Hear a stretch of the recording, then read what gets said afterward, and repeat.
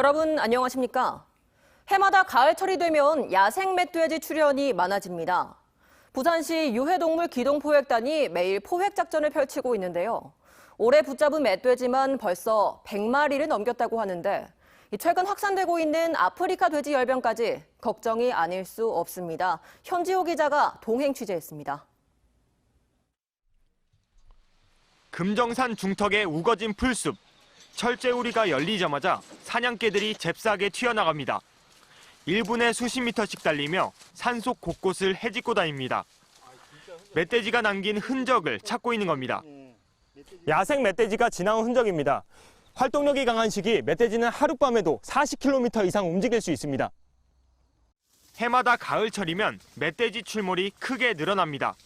짝짓기가 시작되는 겨울을 앞두고 몸집을 불리기 위해 먹이를 찾으러 다니는 겁니다. 이 멧돼지 번식기가 11월부터 1월 사이에 되다 보니까 아무래도 이제 가을철이다 보니까 먹이 찾아서 좀 도심이나 이제 농가 쪽으로 더 많이 내려오는 걸로. 지난해 부산에서 포획당한 야생 멧돼지는 모두 61마리. 이 중 절반가량이 가을철인 9에서 11월 사이 집중됐습니다. 올해는 벌써 지난해의 2배 수준인 115마리가 붙잡힌 가운데 가을철 멧돼지 출몰은 더 늘어날 것으로 보입니다. 멧돼지를 만났을 적에 고함을 지른다든지 소리를 내면서 도망가면 절대로 안 됩니다. 그러면 아주 위험하고요. 저 나무 뒤에 조용하게 기다렸다가 돼지가 보이지 않을 때 내려가시면 됩니다.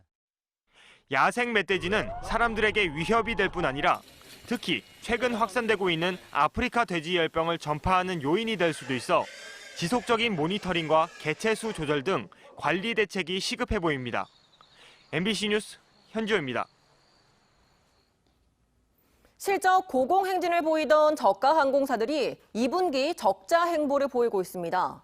한일 갈등으로 일본 여행 수요가 급감한 것이 가장 큰 원인일 텐데요. 문제는 앞으로 저가 항공계 전망도 밝지만은 않은 데다 출혈 경쟁까지 예고돼 있다는 점입니다. 송광모 기자의 보도입니다.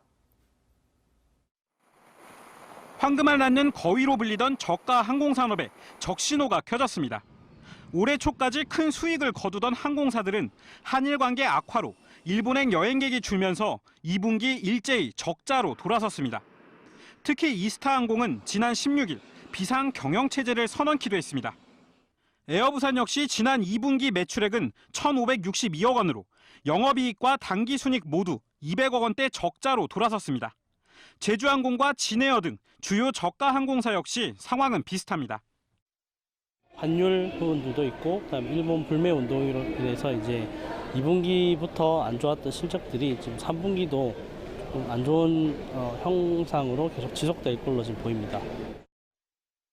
문제는 이처럼 악화된 저비용 항공사들의 실적이 단기간에 나아질 것으로 보이진 않는다는 점입니다. 신규 항공사 3곳이 면허를 취득하면서 국내 저가 항공사는 모두 9개로 늘었습니다. 미국 9개, 일본 8개, 중국 6개와 비교해 인구 대비 많은 숫자입니다. 한일 갈등이 장기화 조짐을 보이고 있어 동남아 등 기존 노선에서의 과도한 경쟁이 불가피한 상황. 게다가 사우디 석유시설 테러로 인한 유가 상승 압력도 걸림돌입니다. 대형 항공사들은 좀 버틸 수 있는 힘들이 수년간의 어떤 경영 축적이 되어 있는데 우리나라의 LCC들은 아직까지 성장에 대한 경험은 있지만 이렇게 위기에 대한 대처 능력은 많이 떨어질 수밖에 없잖아요. 악화된 외부 상황 속 저가 항공계의 출혈 경쟁이 예고된 가운데 자칫 무리한 가격 경쟁이 소비자들에게 안전과 서비스질 하락으로 돌아오진 않을지 우려가 나옵니다. 이어지진 않았습니다.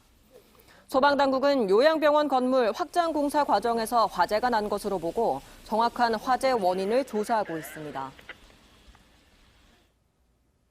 어젯밤 11시 30분쯤 사하구 감천로에서 25살 김모 씨가 운전하던 SUV 차량이 앞차를 추월하려다 도로 가장자리에 있던 연석과 전신줄을 들이받은 뒤 뒤집어졌습니다. 이 사고로 김 씨와 동승자 2명이 다쳐 병원에서 치료를 받고 있습니다.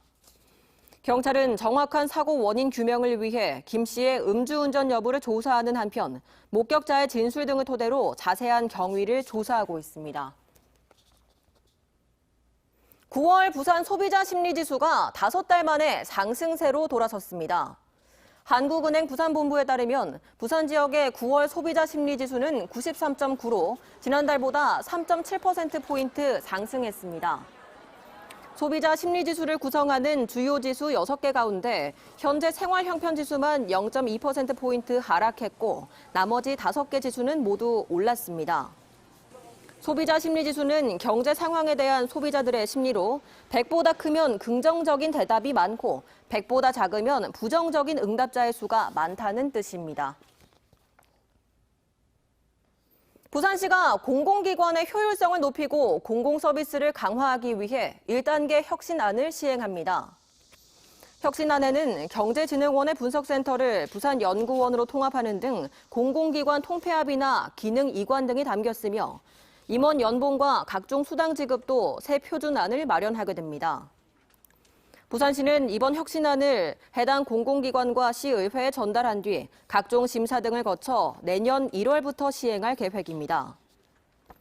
부산시 산하에는 현재 25개의 공공기관이 있으며 해마다 5,800억 원의 사업비를 지원하고 있습니다.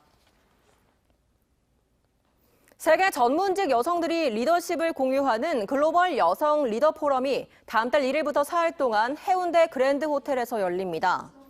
올해로 6회째를 맞는 이번 포럼의 주제는 세계 경제 성장에 기여하는 여성 기업가 정신과 리더십으로 국내외 여성 경제인과 차세대 여성 인재 등 500여 명이 참여합니다.